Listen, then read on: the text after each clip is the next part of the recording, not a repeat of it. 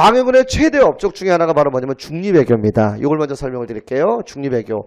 아까 우리 임진왜란 이후에 누가 성장을 했다? 자, 만주지방에서 후금이 성장을 했어요. 후금이 성장을 해서 명을 압박을 하는 거야. 상황이 이 정도가 되니까 명나라에서는 당장 이거를 막을 수가 없으니 조선에다가 이제 원군을 요청을 했어요. 원군을.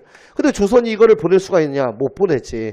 자, 지금 어떤 상황이야? 후금이 성장을 해갖고 명을 압박을 하게 되고, 후금이 여진족이야. 후금은 우리 고려시대 금나라가 여기서 누르하치를 중심으로 후금, 얘네가 명을 압박을 하게 되고, 다급해진 명나라 입장에서는 조선에다가 이제 원군, 야 니네 때문에 우리 지금 완전 이상하게 됐다, 지금 도와달라. 조선은 이 당시에 군대를 다 합쳐봐야 2만 명 정도가 전부 다예요. 근데 만약에 2만 명 있다 한들 이걸 도와주려고 보냈다? 만약에 후금이 밀고 내려오면 그 다음에 답 없지. 정말 노답. 이거 어떻게 하겠어요? 답이 없잖아. 그러니까 이제 명나라 도와줄 수도 없고 그렇다고 안 도와줄 수도 없고 골치 아픈 거지. 이게 광해군의 중리배교. 여기서 이제 제기를 발휘한 게, 광해군은 13,000명을 줘갖고 강홍립이라는 장수로 하여금 13,000명을 쥐어서 자, 명을 도와서 싸우게 보내긴 보냈어. 안 보낸 건 아니야. 안 보낼 수 없어. 보냈는데 다만 강홍님한테 뭐라고 그랬냐면 무조건 싸울 게 아니라 상황을 봐서 향배를 결정해라. 이게 중리배교거든. 상황을 봐서 향배를 결정해라. 자, 강홍님이 갔어. 13,000명 이끌고 갔는데 가보니까 지금 뭐야? 명나라 완전히 오합지졸.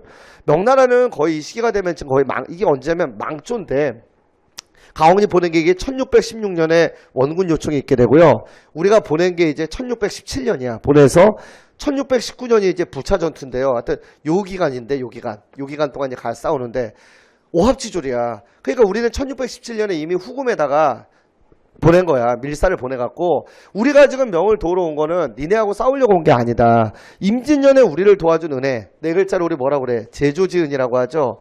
우리 은혜가 있어서 우리는 이걸 갚으려고 왔고, 우리 조선은 이런 나라다. 그래서 명분상으로 우리는 온 거니까 니네랑 원한이 없다. 후금도 뭐라고 그래? 우리도 조선과 원한이 없다. 자, 후금은 여러분들 같은 민족이다라는 생각이 강해.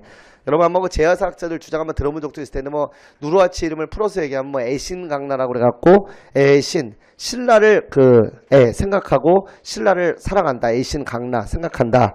이런 의미다. 제야사학자들 그런 주장 많이 하는데, 그래서 왜 고려가 멸망할 때 신라의 마지막 경순왕이 신라가 멸망할 때 고려의 나라를 갖다 바치잖아. 그때가 마의태자라고 하는 얘가 개골산, 금강산으로 숨어 들어갔다고 했는데, 금강산으로 들어간 얘가 이제 올라가서 거기 영향을 미치고 이랬다. 그래서 얘네들 기본적으로 자기들 부모의 나라 또는 형제 나라 섬겼다. 이런 얘기가 있는데, 이건 그냥 제야사학자들 주장이고 믿거나 말거나 하여튼 어쩌고. 자, 얘네들은 확실한 건 뭐냐면 협조적이었어요. 많은 경우에. 그리고 이때만 하더라도 적대적이지 않았단 말이야. 그죠? 후금 이때는. 그래서 가갖고 어떻게 했어? 결국 부차 전투에서 싸우는데 앞에 화살 쪽을 다 빼고 싸웠다는 얘기가 있죠. 결국에는 이제 희생을 최소화시키고 또 후금과 적대각을 세우지 않은 채 포로가 됐지만 어쨌든 후금의 침략을 미연에 방지할 수 있었다. 이게 바로 소위 얘기하는 중리배교.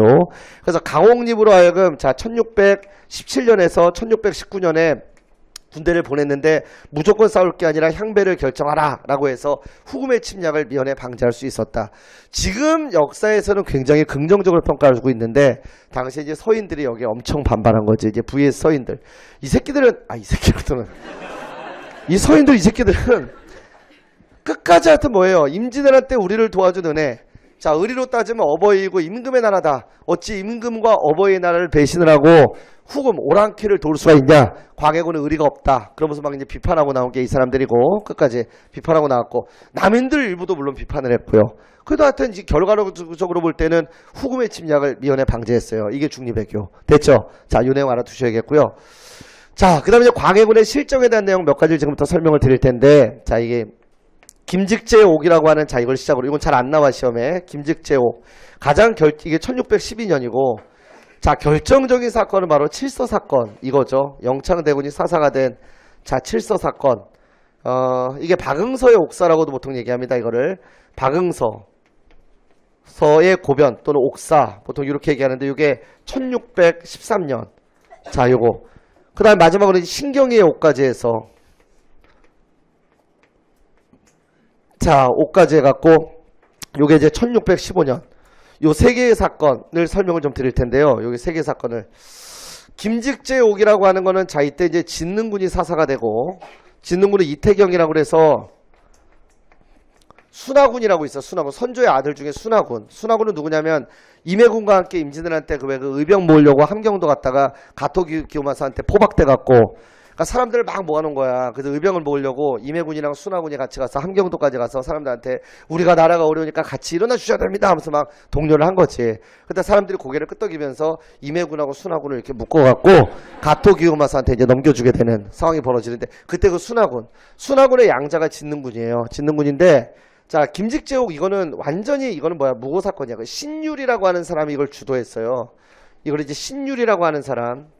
자, 이 사람이 주도했. 얘가 사실은 자기의 권력욕을 위해서 한 거야. 대북이랑 결탁을 해갖고 진능군이 이제 소북 계열이거든. 소북 계열인데 이런 세력들 제거한. 자, 이 사건이에요. 그러니까 이때 되게 많이 죽어요. 그러니까 왕자들, 특히 이제 서자들 뭐 이런 사람들 되게 많이 죽는데 그 중에 이제 첫 번째 사건. 자, 그 중에 하나가 바로 이제 김직재옥이라고 하는 자이건데 이거는 완전히 자작극입니다. 이 사건이 원래 어떻게 벌어진 거냐면은 그 황해도 봉산 있죠. 저기 신율이라는 사람이 봉산의 군수였는데 김경립이라는 사람 듣기만 하세요. 그냥 이런 거 외우는 거 아니야. 자, 김경립이라는 사람이 어부하고 관인을 위조를 해갖고 군대 면피하려고 군대 안 가려고 면피를 하려고 사실 이사가 여기서부터 발단이 됐어요. 얘를 잡아들인 거야. 잡았는데 야 관인과 어부를 위조한 거는 이거는 중죄예요. 중죄. 국가 어떤 문서를 위조해갖고 근데 이거를 어떻게 확대시키냐면 김경립한테 막 협박 막 이런 거 해갖고 진능군을 중심으로 해서 군대를 모반을 일으키려고 했다라고 자백을 하게 하고요. 여기에 연관돼 있는 사람, 이 사람들이 이제 누구냐면 김직재, 아까 김직재. 그다음 김백함이라는 그 아들이 있어요, 아들. 이 두 사람은 이제 둘 다 소북이야, 소북. 그래서 김직재옥이라고 하는 게 그거예요. 그래서 김직재와 소북 계열들, 얘들을 묶어갖고 하여튼 역모를 단행하려고 했다. 이렇게 묶어서 그들을 제거한. 자, 이 사건인데 결국에는 당시에 이제 집권 세력으로 힘이 없는데 다른 세력들을 제거하려고 했던 대북과 결탁을 해서 이 신율이라는 사람이 일으킨 자작극이야, 일종의. 이게 바로 이제 김직재옥. 그러니까 결론적으로 얘기해서 자작극이라는 얘기죠. 됐죠?